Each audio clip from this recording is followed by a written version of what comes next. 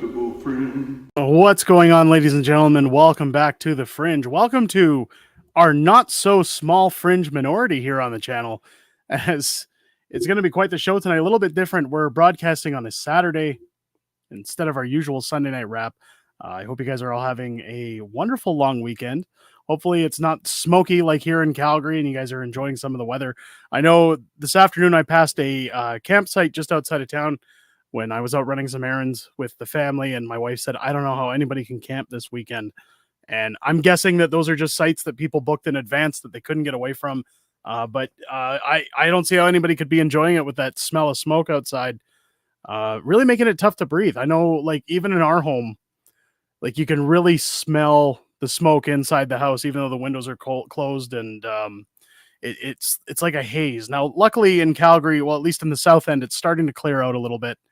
I noticed anyway, I got outside and got the grass cut as soon as the smoke kind of cut down today. So around 3 o'clock, it started to clear out. Hopefully it stays cleared out. But a different night for a stream anyways. It's 5,000 subs. We have something to celebrate. How does Dave Chappelle say it as Rick James? A celebration! All right, here we go. Let's join into the chat. Suzanne jumping in. Our good old friend Suzanne Eckstein jumping in first. Hello, Derek. How you doing, Suzanne? Welcome into the stream. I hope you're having a great weekend. Prairie Strong coming in. Buy a shitload of fireworks for July 1st. Gondek approved. Yes, we're going to get into that tonight. God, what a mess politics are in this city, especially. All across Canada, it's a mess. But Calgary, our virtue signaling failed mayor just doesn't get it, and we're going to get into that. Also on the show tonight, a little bit of reflection as to where the channel's been over the last couple of months as we've gotten started on YouTube, and I'll be at some point tonight doing the infamous one chip challenge on stream, and I'll be joined by a very special guest, one that I will add has never been on the channel before, and one that I'll be bringing onto the stream to do this amazing challenge. I've heard that this chip actually tastes like garbage, and that it's not that enjoyable, but we'll find out as time goes on. Now, to celebrate 5,000 subscribers, I have also done, as I said I would, with a donation for $1 of every sub. So I did a $5,000 donation to cancer research. Now, I've had a lot of people in my comments.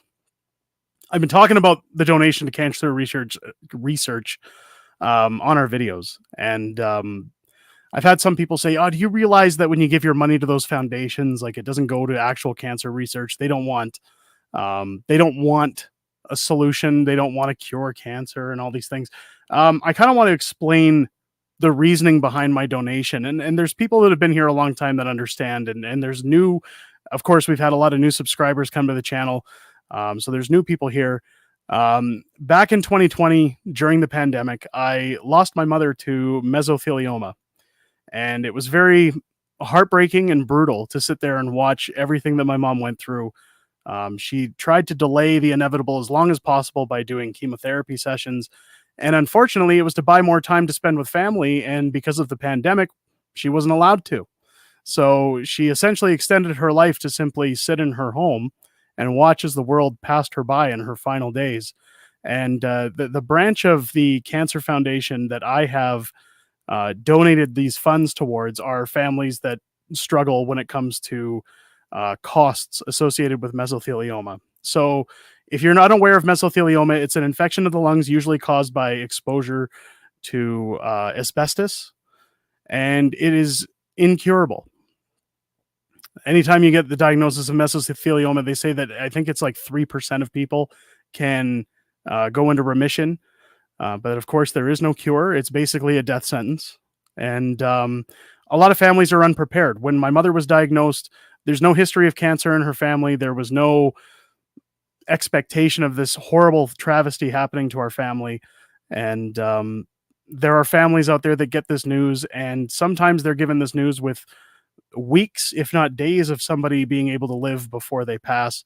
And it's not necessarily going to a form of charity for people to spend on advertisements, but so more to help families that maybe don't have the finances to handle the costs that come with this terrible, terrible form of cancer. So I respect people's words when they say you're giving money to a corporation that wastes money. I agree with those things. I agree with some people's opinions when it comes to that stuff.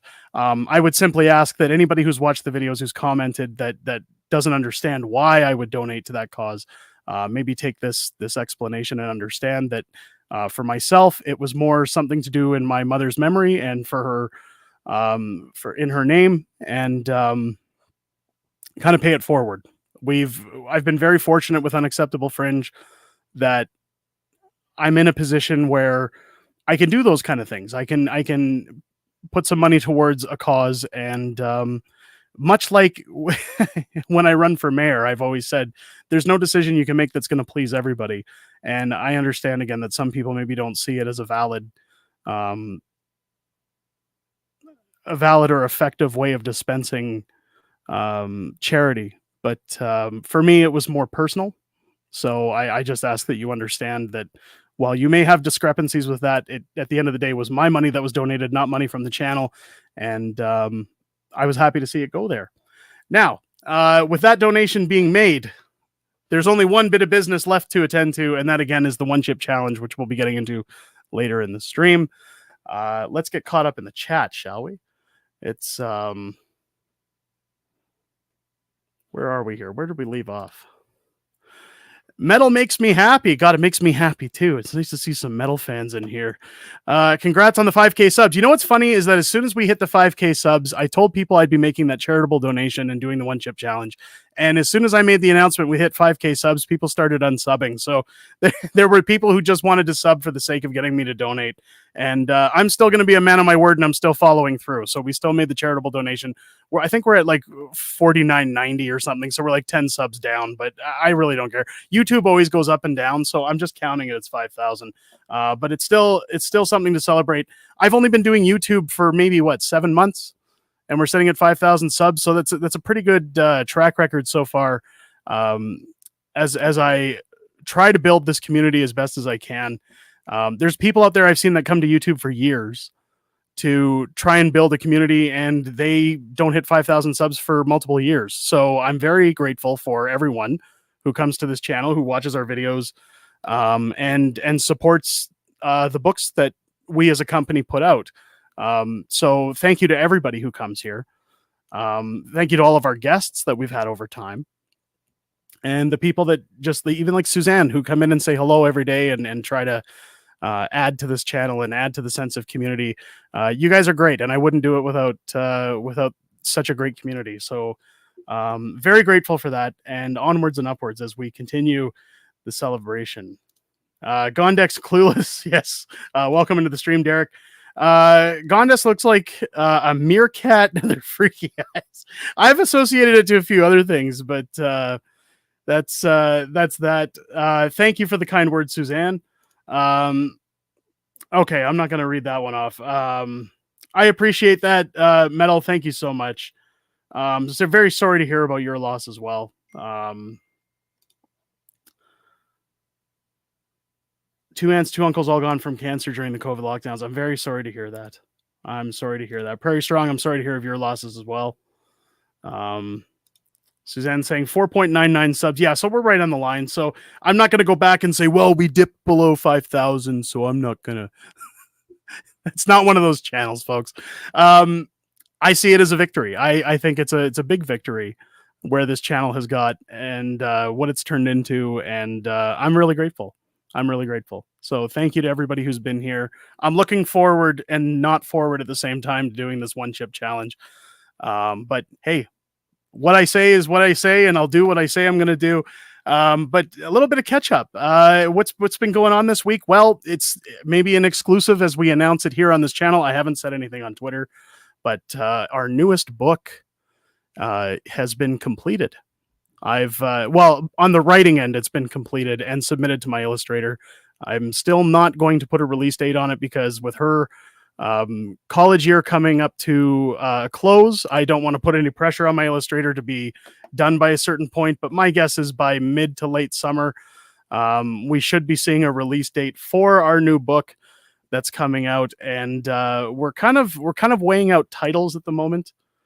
But I'll share with you guys a fun little image of one of our characters, and you might have an idea. I know we've talked a little bit about what this next book is going to be about, but here's one of the sketches from my illustrator of one of our characters in the book. He's a friendly ghost that appears in our next story, and he has some interesting discussions with some of the children in our story. And boy, all I gotta say is that Kaide sure nailed this design for this character. I've been no stranger to say that when we do this book that's upcoming, we're not going to pull any punches. And yeah, I think part of the reason it took so long to write this story and to get it into production is because I've been weighing out the right ways and the wrong ways to do this story and try to avoid any kind of legal ramifications or problems. We had that struggle with how the Prime Minister stole freedom because I didn't want to face a defamation suit when it came to Justin Trudeau. And this one, wow, it sure, this one was tough because I spent a lot of time. I spent more time with this one juggling what lines we were crossing than I did with our first book. So it's going to be interesting to see how it comes out. I think a lot of the jokes are going to be there more visually in this one than with the text. But yeah, we're so far we've stuck with the title as the not so kid friendly guide to grooming. But we're going to be talking a lot about the issues that I've been running on for the civic election in Calgary. God, I just realized I just kind of with my mouth there. I'm sorry if that snapped at anybody's ear. As I did it again to explain what I did.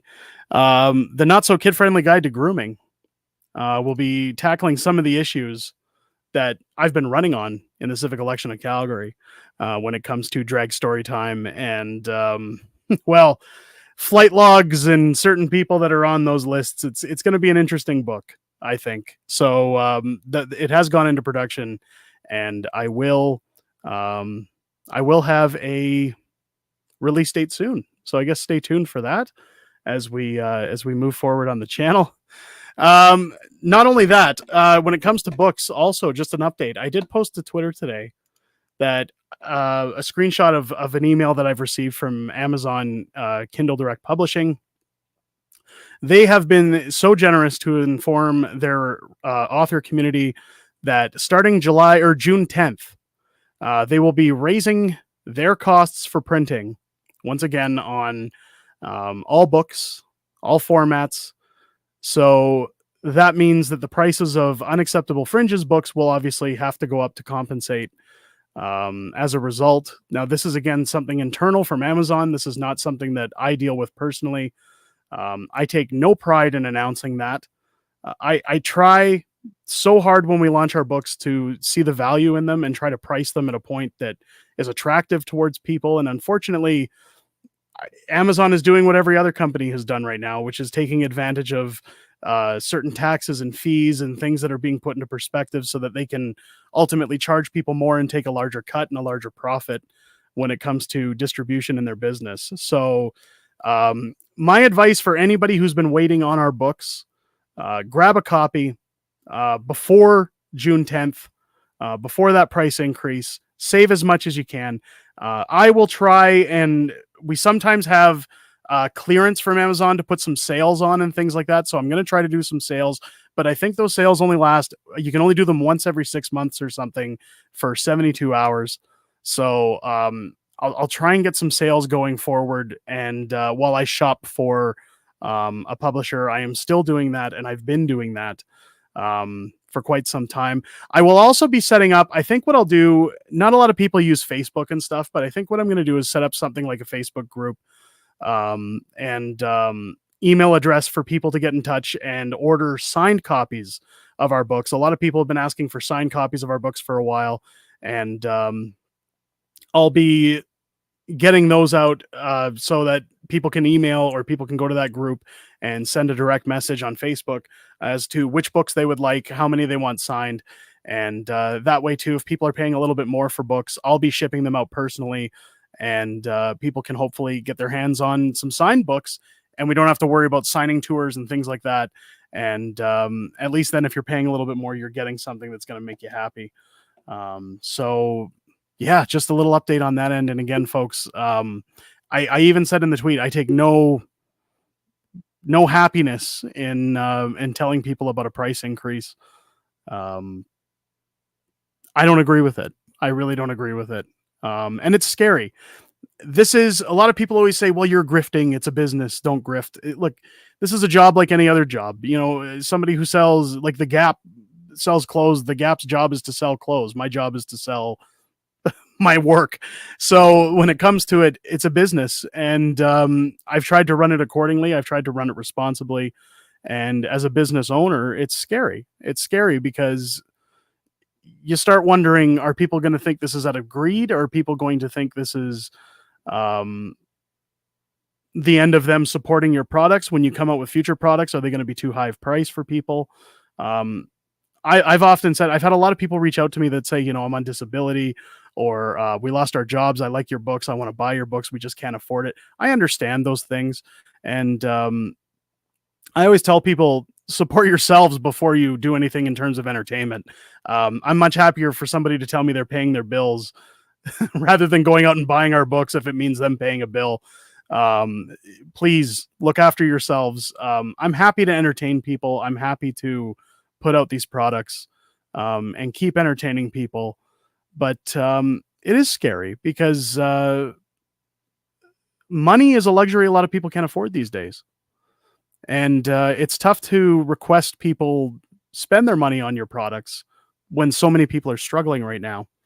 And yeah, we'll just see what happens. We'll see what happens if things don't work out on the book side. Like I've had a long talk, and this is me just being real with the channel. When it comes to this subject, I've spoken with my illustrator, and if things don't work out with our next book, we may have to juggle whether or not we're going to continue with books or in this business, because with price being increased and demand being down, and I know a lot of that demand has to do with Amazon, but it makes it hard to stay in business, because for myself, for the writing aspect of things, again, with a mayoral campaign coming up, I may not have the time to write those books or to put them into the works. And my illustrator looks at them and says, well, if I'm not getting paid to do these books, it's hard for me to draw them for hours and hours on end to see nothing in return.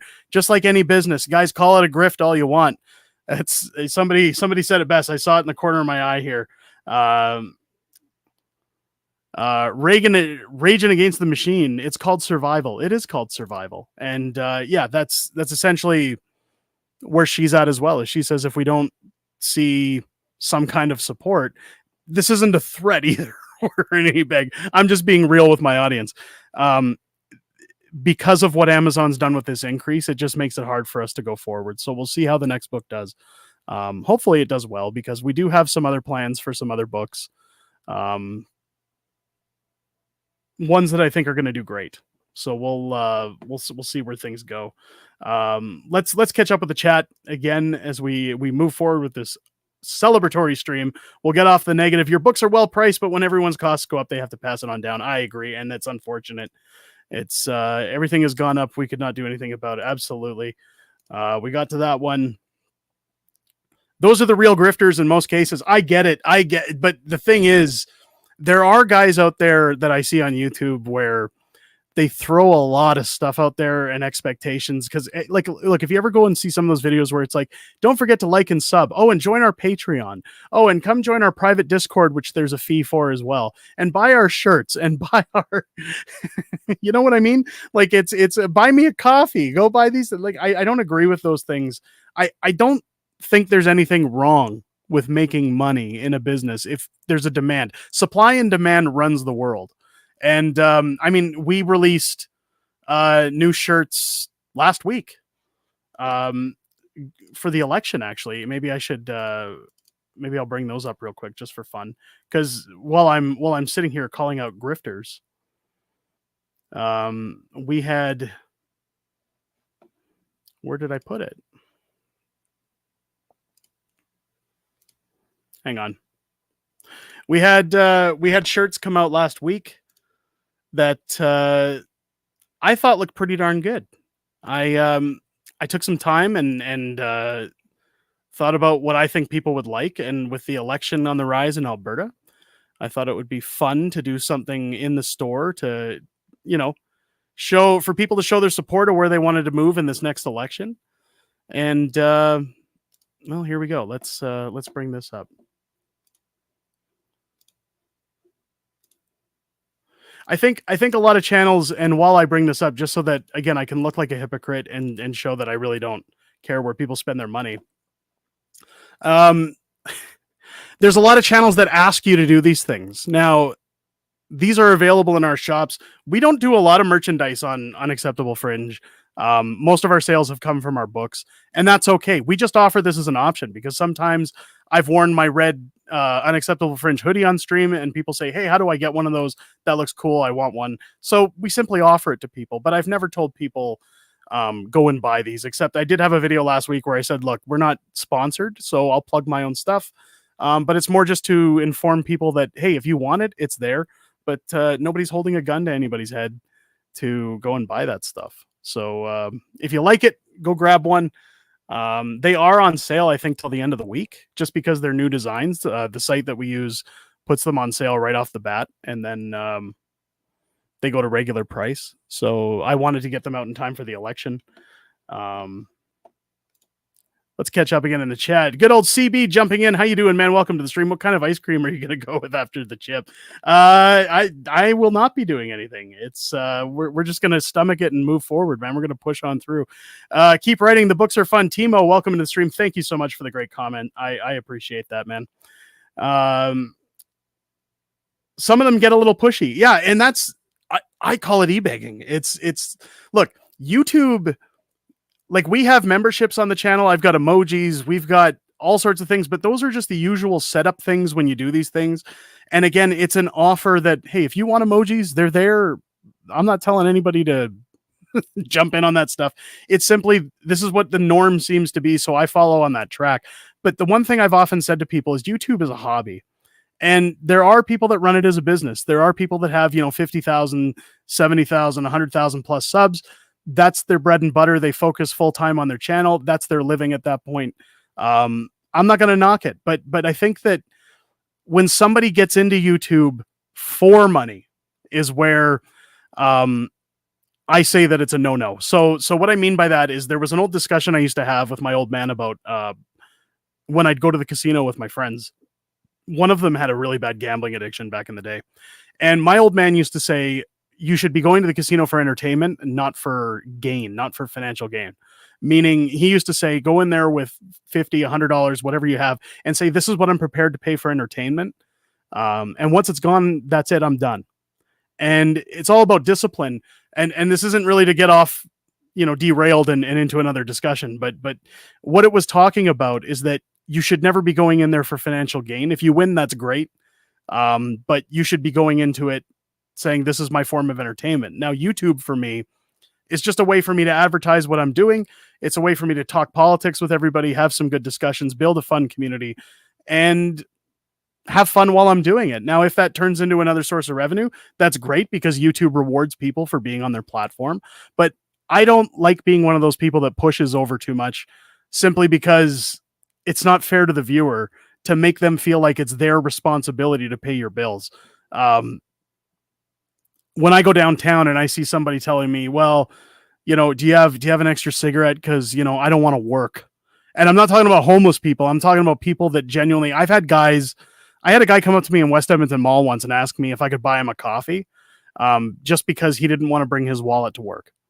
It's like, do you have no shame asking for people for money? Like it's just, it becomes more relevant these days. I had a lady ask me in a parking lot one day if I could give her money to buy her dog food. And she had a Louis Vuitton purse. Like she was very, very well off. But she was just asking people for random money to go buy her dog food. And it's like, are you broke because you bought this nice purse? Like, what are you doing? Like, I could never go to somebody and say, give me your money. I maybe it's me. I don't know. But at the end of the day, I think YouTube is a hobby. It's a hobby. It's like anything else. If people like what you're doing and they want to support that, that's up to them. I never want to make my viewers feel like they have to do those things. So, yeah, not a grift when I talk about the books. Just I'm just keeping people in the loop that when they see the price increase, that wasn't our decision. That wasn't our part. That was Amazon. You can check my tweet. I've posted the email in that tweet, and it'll just be business as usual as we move forward. It's when are you getting memberships for your subs? We do have memberships for subs. We do have memberships on the channel, and there is emojis if people want those. But like I said, that's your decision if you want to become a member. I don't push those things. If people are going to support the channel with memberships, maybe we can talk as a community about what people would like. Sometimes they do different tier things on channels where it's like a private hangout once a month or something like that, or a private Discord server. Maybe we can talk about those things, because if people are going to support the channel, again, I want to give you guys something that's beneficial to you. But again, I don't request that people pay for my lifestyle or my bills. So we'll get into that as a community. It doesn't show up. That's bizarre. I've had people become members on the channel.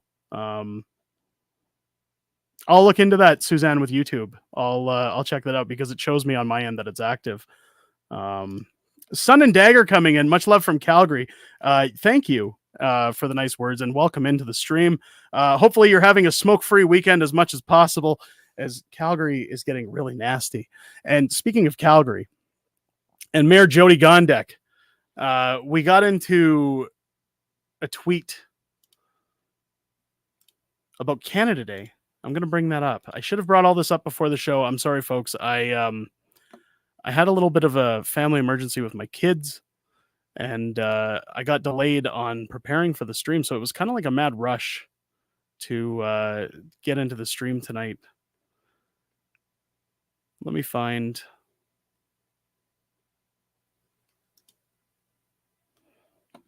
Here we go. We'll bring up this old tweet. Good old Dan McLean, city councilor. I actually quite like his stuff. I'm going to try to work with him as much as possible when it comes to the civic election. I think we share a lot of things in common. I don't know if you guys can see that. We should zoom in a little there. So I put this right here is why I'm running for mayor. This makes me sick. Virtue signaling and shaming people for being proud of their country. No thanks. Don't vote for the same old politicians, folks. I'll bring real change to the city. Now, Dan McLean has posted, the city is asking for feedback on canceling Canada Day fireworks due to environmental, I don't know what the heck is that, and cultural concerns. There's the one that gets me, cultural concerns. Personally, I love ending Canada Day celebrations with fireworks. Now, Dan is a very based city councilor. He's part of the reason that I got into the mayoral race in the first place. And I'd like to work with him and Jeremy Farkas when it comes time to run in the civic election, and hopefully we can do some work together. I've reached out to Dan a few times and had a few back and forths, but it's so not Rachel Notley. God, all the usual suspects are high profile here. Jody Gondek has in fact canceled the Canada Day fireworks since that tweet came out. She has said due to cultural concerns. Now, the environmental side, if there's a fire ban or something, I understand, if they're going to cancel things. Fireworks, you know what's stupid about the argument of fireworks on Canada Day and why you can tell that this is a virtue signaling deal? We have the Calgary Stampede starting up less than a week after Canada Day. And they do fireworks every single night during the 10 days of the Calgary Stampede.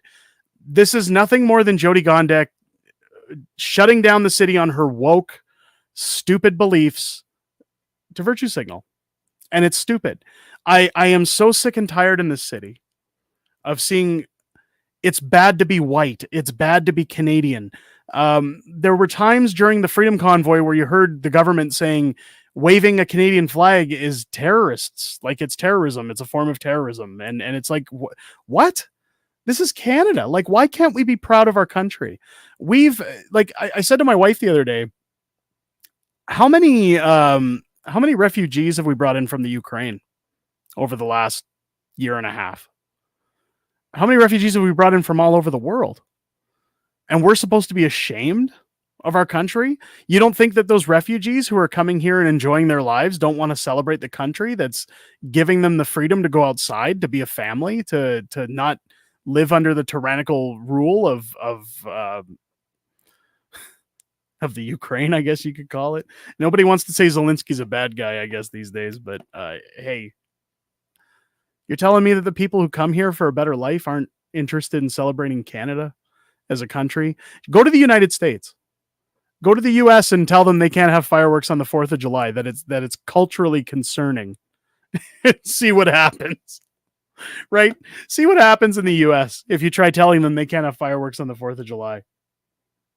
It's ridiculous. Rob's jumped into the screen. Globalists hate Canada. They want to shut down Canada Pride. Yeah, Clyde's jumping in. Clyde, how you doing? Welcome into the channel, my friend. Looking forward to the Stampede, even if your city refuses to celebrate Canada. Clyde's coming down for Stampede with his family, and I can't wait. I cannot wait. In fact, I've been told this year they got rid of the bugs on their menu because everybody thought it was associated with the WEF last year. Which really sucks, because years ago, I think it was about 10 years ago, they started doing scorpion pizza and stuff. And it was more like the shock value. Like, are people going to eat this? And every year they've had something weird. And then last year people were talking about pizza with crickets or something. And all of a sudden everyone's like, oh, it's because of the WEF. And they didn't want to be associated with that. So I heard that they pulled it. But we'll see. Clyde, do you have smoke in your town? I don't know if BC's got any smoke. I was talking to my brother in Vancouver. He was saying that they didn't have much. The one chip challenge. Let's go. Megan, welcome into the stream. We will be getting to the good old one chip challenge further on into the stream. Not too far from now. I just got to get to a few things first, because I don't think I'm going to be much fun to have around when it's all said and done. We have fireworks every night, all summer long. 10 p.m. started last night. Niagara has been doing it for decades. There you go. Stampede sucks. If you live here, you'll understand. It's like, well, Rob, but here's the thing. I hear people argue that all the time, but that's people who live here. If you go every single year, yeah, it's the same thing every year. Personally, I like what happens in the city. The city kind of comes to life for 10 days. People are in a good mood. If you've never been to the Stampede, now Clyde has told me he has never been to the Calgary Stampede. He's never taken in any of the Western culture out here. So for a guy like Clyde to come out with his family and see it for the first time, I think it's going to be interesting, and I think it's going to be fun for them. If you live here and see it every single year, yeah, I agree. It starts to, like, my wife and I have years where it's like, are we going to go? Do we even bother? But it's not all. To each their own. Like, I don't want to say you're wrong. If that's how you feel, that's how you feel. I hope they bring back those Tomb Extreme rides from Stampede this year. Me too. It's always fun to see the new stuff they bring in. Got a little smoky there the other day. All right, good stuff. Yeah, Clyde, hope you are enjoying your weekend. Coraline Jones coming in. Derek for mayor, thank you so much. Make sure to get out and vote when that comes, folks. Face turquoise covering eyes, hand pink waving. Sounds like you'd rather do the one bug challenge. Listen, we're gonna do the one chip challenge, Clyde. We're getting into it. Relax, keep your panties on. Our village has been under air quality warnings for a solid week. Now I stay locked in the house. I'm sorry to hear that. What is the one chip challenge? Well, it's I believe it's is this Carolina Reaper? It's a Carolina Reaper chip, and it's so heavily spiced that you're supposed to sit for 5 minutes after eating it. We'll see how that goes. Sick. Go once, I get it. Just prefer 2 to 3 hour lineups per ride. I don't know how many rides we're going to be doing. I think it's more just like hanging out, taking in the event itself. I may be trying to get my hands on some rodeo tickets or something. We'll see. We'll see how it goes. It's you can eat a great breakfast for free for the 10 days. Absolutely. There's tons of stuff. You will have a great time, Clyde. It's going to be a great time. And he gets to come with me and my family. I mean, that's more fun than anything. I think Tamara Leach is going to come down and join us as well. And a few other friends. I think it's going to be a good time. I think it's going to be a lot of fun. Maybe I'll see if I can convince Marty up north to join us. We'll get a little fun down in the beer gardens. It'll be a good time. Get some drinks on. I've won the challenge easy. Well, I've heard that the chip doesn't taste very good. And I had a friend who did it who said it just tastes awful. But hey, we'll get to it very shortly. I just wanted to talk about one other thing before we moved in. And that is the debate that went on in Alberta this week. Now, my channel's kind of turned into the Rachel Notley channel over the last week as things keep heating up in Alberta as we get closer to this election on May 29th. It's going to be interesting to see where things go. But the debate happened this week, and boy, I think Danielle Smith totally stomped all over Rachel Notley. I think that she made a fool out of her. Other people are disagreeing. There's a lot of back and forth during that debate talking about how Danielle was guilty of violating conflict of interest when it came to Artur Pawlowski and talking to an extremist who wants to hurt the police. Look, the whole argument was silly. We knew that was going to be Rachel Notley's attack moving forward. And I don't think it went over well. The blame politics for the NDP don't look good. But we do have a recap video here I wanted to show as we move forward. Just a little, if you missed the debates, here, let's maximize this and let's hear what Rachel Notley had to say.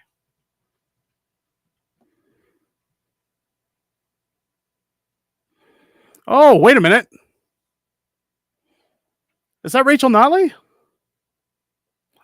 Oh, that's Rachel. No, wait a minute. Oh, wait a minute. There she is.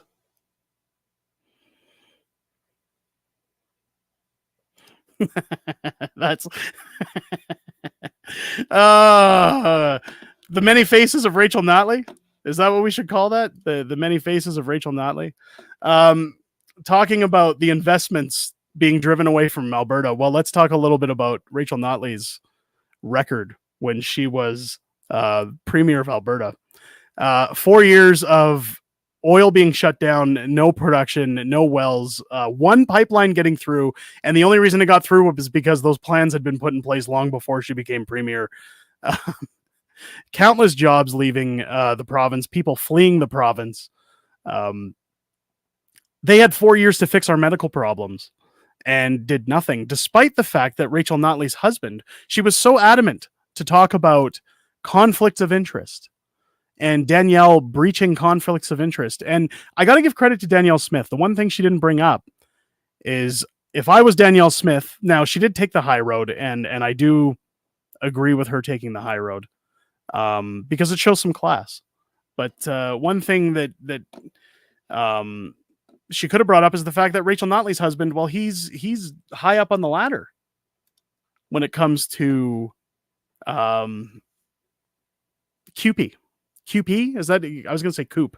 QP, I guess, the union for Alberta workers.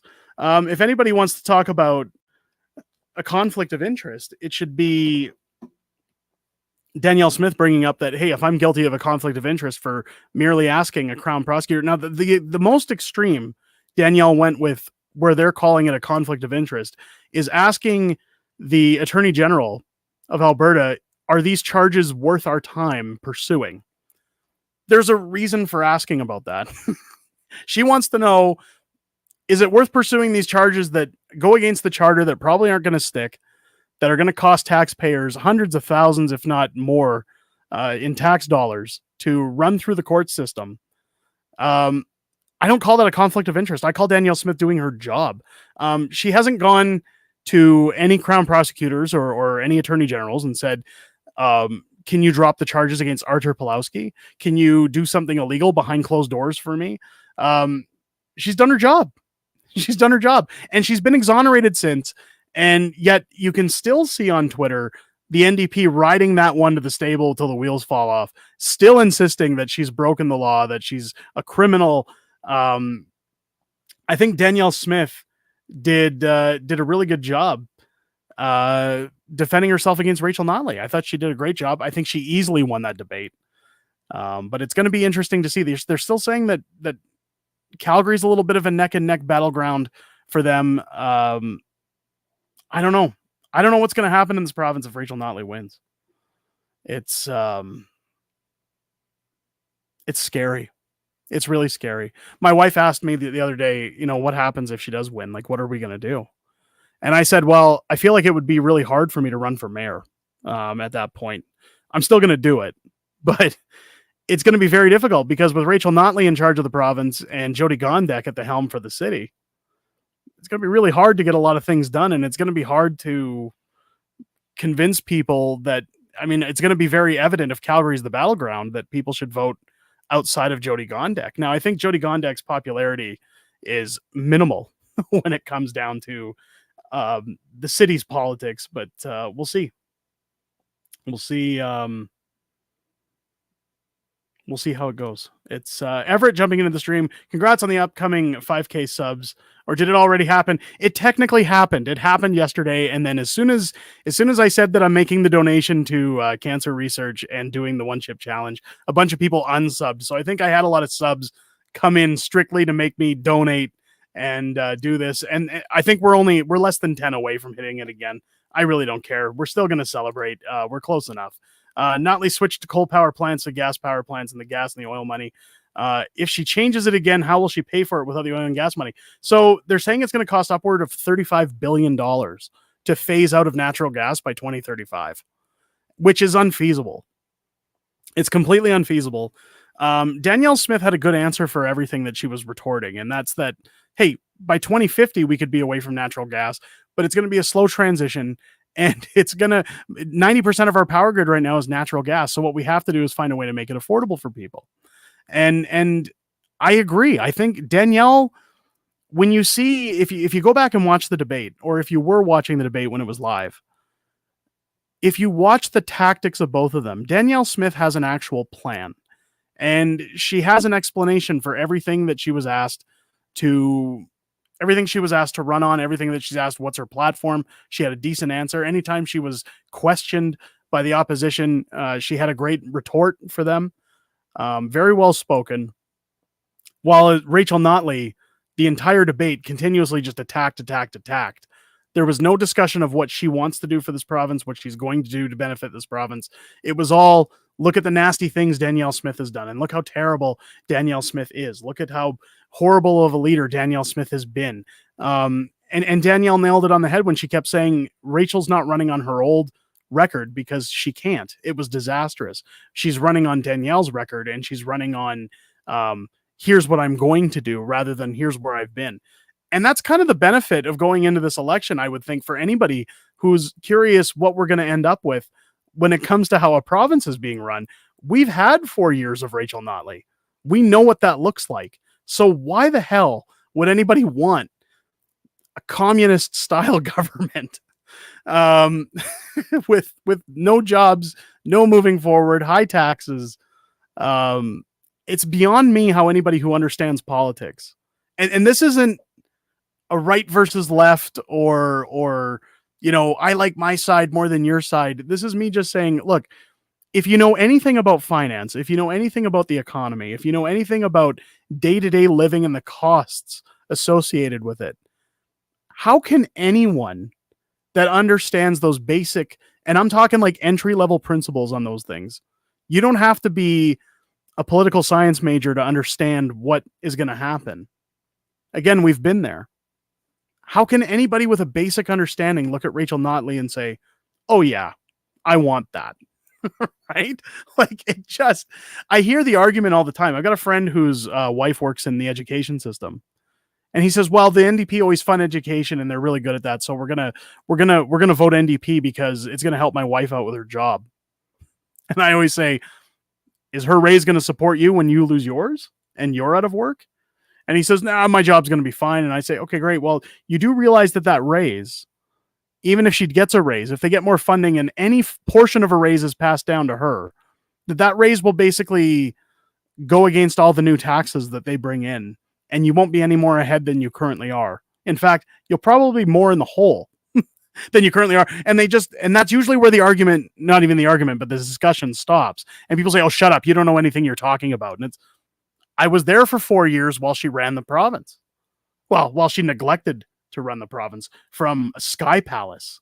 Remember that was built when she was in power, the good old Sky Palace. I love that they called it that when they put it through at the legislature, Sky Palace, so they can look down upon the plebs. It's yikes. I love how Danielle Smith completely brushed off Notley's Nazi comment. God, try saying that 6 times fast. She took the high road. She took the high road a lot, and I give her a lot of credit for that. She was very controlled during that debate. I think she nailed it. I think she did a good job. The CBC lied about Danielle Smith. A lot of people are lying about Danielle Smith. They advised her to stay out of it and see what happens in the courts, and that's exactly what she did. And she did a good job. She's done a great job. It's what's Hey Faye saying? Faye, welcome into the stream. We're gonna blackmail Notley's husband. Jeez, just kidding, or am I? You guys do whatever you want. I'm staying out of that one. They're helping Notley with the lies. Well, of course, they're publicly funded, or they're funded by the Liberal NDP coalition. So why wouldn't they push? That's Everett, thank you so much and welcome in. Smash the like button. I agree. Let's get some likes in there. We're doomed then. You know, I've had friends saying they're going to move to Montana. But it's the same threat as like, if Trump wins, I'm moving to Canada. I don't think they'll move to Montana. It's very hard to relocate to the US unless you have dual citizenship. What percentage of people vote in your province? That's a good question. If you're talking provincial, we usually have a pretty decent turnout. We usually have, I think it's roughly 45%. Now, you'll say that number is low, but when you compare it to federal, it's a larger turnout. I think you're going to see a larger turnout than 45% in this election. I think you're going to see a bigger turnout. There's a lot on the line in this election, whichever side you're on. So I think we're going to see, a half decent turnout in this election. I live in Canada. I don't want to freeze to death with no heat. Thank you, Danielle, for keeping the heat on. I appreciate that. That's a good comment. And yes, Danielle's done a good job. She's reduced ambulatory times already. Now, one thing I'll give her credit for is instead of just going through the unions, she's actually spoken with EMS and she has spoken with doctors and said, how can we improve wait times? And one thing that EMS stressed to her, and Marty up north had a really good interview with Clyde. He's been doing weekly interviews over on that channel because Clyde doesn't want to talk to the future mayor of Calgary. He just wants to talk to Marty. I'm joking. I know Clyde's watching, so I'm just taking a fun jab at Clyde. Great interviews. Go watch his interviews with Marty because Marty nailed it. He had a friend who's a paramedic, and he said, look, his friend was saying that when you get it, say you go pick up somebody on an overdose, you drop them off at the hospital, you'd have to stay there with the patient and wait until you could transfer them to a doctor's care. You couldn't transfer them to a nurse. And the average wait times in Edmonton was something like 254 minutes. The average time in Calgary was 237 or something. And since January, implementing these new rules, allowing them to transfer to nurses, ambulatory workers and paramedics are now able to pick people up, drop them off, transfer them to a nurse right away, and get back out on the roads, which has reduced the time in Calgary down to 11 minutes. And I think it's like an average of 7 in Edmonton. Like, they're doing fantastic. And when you think about that, that is just from going and talking to the people saying, how can we make this system better? You guys work in it. We'll listen. How can we fix this? Which, I don't know about you guys, I haven't seen too many government workers do that. They often listen to the bureaucrats and they listen to the higher ups, and they go to people like QP and say, what do you guys need? And they'll say, well, we need more money. It's always money. It's not, the system is broken. Here's how you fix the system. So good interviews. Go watch Clyde and Marty. They got some good stuff. I'd like to see a podcast of that. I'd like to join on that podcast, but I'd like to see a podcast with those guys. I think they'd have a good show. In all fairness, they were both on attack mode during the debate. It's just that Danielle Smith had better attacks. Yes, they're perfectly well summed up. I think Notley had a whole term to do what she's been saying, and she didn't. And that's where I'm saying we've already had 4 years of Notley, and we know what that looks like. So we don't need to see what we're not curious of what another 4 years is going to look like. We already know it. And that's where I'm saying that anybody with a basic understanding of economics, like, how can you look at her and say, yeah, we want some more of that? Like, you got to be a glutton for punishment. It's crazy. Echo CEO Nancy Southern got a real deal from Notley to raise electrical rates at Echo charges. Absolutely, she did. Danielle Smith is making sure to keep the oil field workers going back to work. If not, none of my bills would get paid. Alberta needs international business. Danielle attracts. Absolutely. Absolutely. And Notley's going to be devastating to that. It's Derek, Canadians could border jump. Every other USA border gets jumped. Canada's border gets jumped on the day. I get it. I'm just talking about legal. Talking about legal. James jumping in. Clyde is a good guy. Listen, don't give him too much credit. Okay, he is a good guy. He's, you know what? In fact, he's the reason I got into YouTube. And I think celebrating these 5,000 subs. I know for some people they look at it 5,000 sub, whatever. I think it's a big milestone for this channel, and it's worth celebrating. And I've been given a lot of pointers from Clyde, and I'm grateful for his tutelage and his wisdom and his friendship, while he has been very supportive of this channel and also very supportive of everything I do on the side. He's a great friend. Yeah, he's a good guy. He's a pretty decent guy. I've had a lot of good guests on this channel. We've had Marty up north on the channel. I'm going to have him back on again in the future. I've always looked forward to what he has to say. Tamara Leach, we've had a wonderful friendship, and it was great to have her on the channel. Tom Marazzo, good friend of the channel. I look forward to having him back on. Guys like Keith Wilson, Eva Chipiuk, working with the whole Freedom Convoy group has been fantastic. One of my guests that I've had on the show that I've always been very grateful to have on here is Theo Fleury. I get a little bit of a geekiness and fandom around him because I grew up watching Theo play hockey. And while everybody looked at Wayne Gretzky and Mario Lemieux and Paul Coffey and all those guys back in the day, I often, Theo was within my top 3 players. And I always wanted to be like Theo when I was a hockey player, because I don't know if you guys have seen me in my photos, like with Jordan Peterson or any of these guys. I'm a short guy. I'm 5'5". And as a kid growing up, being told you can't play basketball, you're not going to do this, you're not going to do that because you're short. Theo's a shorter guy, and he's one of the top 50 players in NHL history. So he was always inspiring to watch, and I always wanted to be like him until Ty Domi came along on the Jets, and I'm a diehard Jets guy. And I turned into a bit of a goon in my teen years with hockey. But Theo is always one of my top players. I'm a big fan. And boy, what a treat it's been to get to know him and talk with him. I have incredible respect for him and his ability to get over his addictions, face his demons, and stay clean for as many years as he can. He's fought some really tough battles, and my hat goes off to him for everything he's ever done.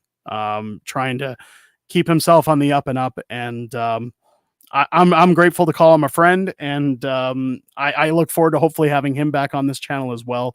We've had Jamie Soleil on the channel. She's fantastic as well. Really good to talk with. And many more good guests to come. I should be getting my next guest on the stream shortly. I am going to have a guest on stream while I do this one chip challenge. And I'm just going to check in and see if that guest is on their way.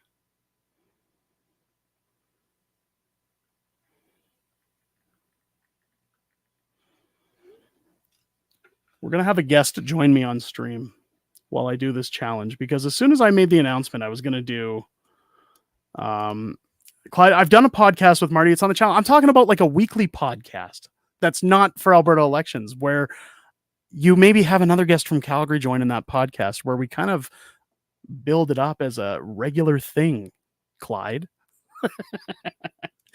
I always poke fun at Clyde. I don't know if sometimes Clyde thinks I'm being serious. I poke at him because it's easy. It's fun. He thinks I'm neurotic, but honestly, I do it just to keep him on his toes. It's great. And he also jumps in with, it's a great milestone. Congrats, you deserve it. I appreciate that, Clyde. Thank you. The hot wings were Derek's idea when we did them, not mine. That was true. I wanted to do those. And well, we're going to move forward. As the stream is coming to a wrap up, we'll talk a little bit more, but we're going to get into this one chip challenge, the Carolina Reaper one chip challenge. I don't know where my guest is. My guest was supposed to join me on the show. And oh, here they come now. Here comes my guest now. Now, this guest has never been on the show before, but she's going to join me on stream. My daughter, Harley Quinn, is going to sit in on stream. Why don't you pull your stool just a little bit closer so you're on the camera, and come slide on in and say hi to everybody on the stream. Now, I usually don't have my kids on my stream. I usually don't do anything with my kids, but she, as soon as she seen we were doing this one chip challenge, she wanted to jump in and she says, Dad, I have to see you do this in person. I want to see you take the one chip challenge. So are you excited? Yes. Yeah. You think it's going to be good? Yeah. Yeah. Can you do me the honors and maybe get this box open for me so we can dig into this chip? Now, I guess the rules with this chip is you're supposed to eat it and wait for 5 minutes. And see, you can't have anything to drink. We'll see how that goes. Ah. Did you drop it? My youngest, my 2-year-old, came down here as well. Please don't let him get his hands on that because that's going to be an issue. So it comes in this little thing out of the instructions. Oh, these are the instructions. Okay, let's check the instructions. How long can you last? 5 minutes. Oh, we should have done it at the beginning of the stream because it's saying 30 minutes is supercharged, 10 minutes powerful. Well, maybe we'll go for, look, I can't go for powerless. Let's go for powerful. We'll run the stream for a 10-minute. We'll do a Q&A with people on the channel. We'll acknowledge the chat. We'll do it for 10 minutes. As my son Steve is throwing socks at me as well. So it might be a bit of a family event as we continue on in the stream. I thought Harley was going to just jump in. And we'll see how it goes. I'll rip this open. Now you can smell it. Holy crap! Do you want to smell it? Mm-hmm. It's not good. Do you want to try some? No. No, I didn't think so. I wouldn't let you anyways. That was a trick question. So it's brown. It's it doesn't smell very appetizing. I got to be honest. I don't know. So before we do this, should I die? It's been my pleasure to sit and entertain you guys and get ourselves to 5,000 subs. I'm really hoping for 10,000 at some point. So hopefully this goes well. But here we go. One chip challenge. Here we go.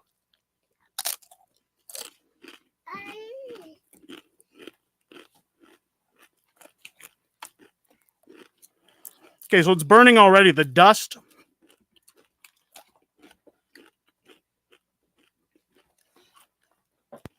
The Carolina Reaper dust on there is brutal. And it's stuck in my teeth. What? The chip is stuck in my teeth. No.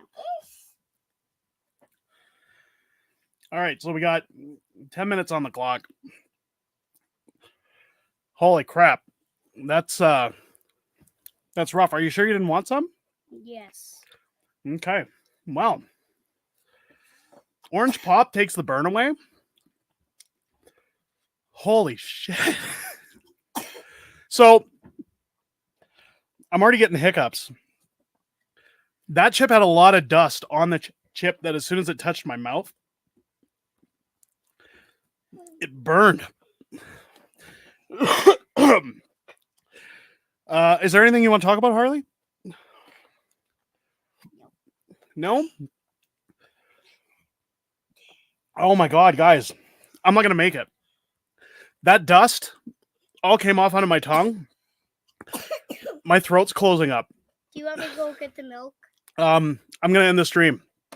I don't care if it makes me look like a pussy. I'm ending the stream. I'm getting hiccups and my throat's closing up. Have a great weekend, guys. I'll be back Tuesday when the long weekend ends with a new video. Enjoy your